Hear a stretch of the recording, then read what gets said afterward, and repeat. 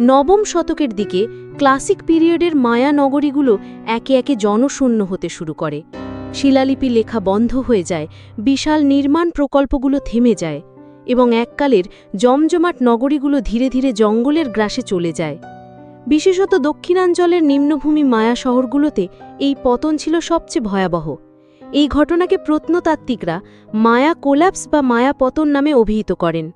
এটি একটি একক ঘটনা নয়, বরং কয়েক দশক ধরে চলমান একটি জটিল প্রক্রিয়া। এর পেছনের কারণ কি ছিল?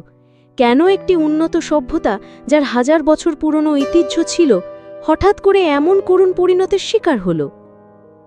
গবেষকরা বিভিন্ন তথ্য দিয়েছেন এবং সম্ভবত কোনো একক কারণ নয়, বরং একাধিক কারণের সমন্বয়ে এই পতন ঘটেছিল। এখন আমরা এই তথ্যগুলো নিয়ে বিস্তারিত আলোচনা করব।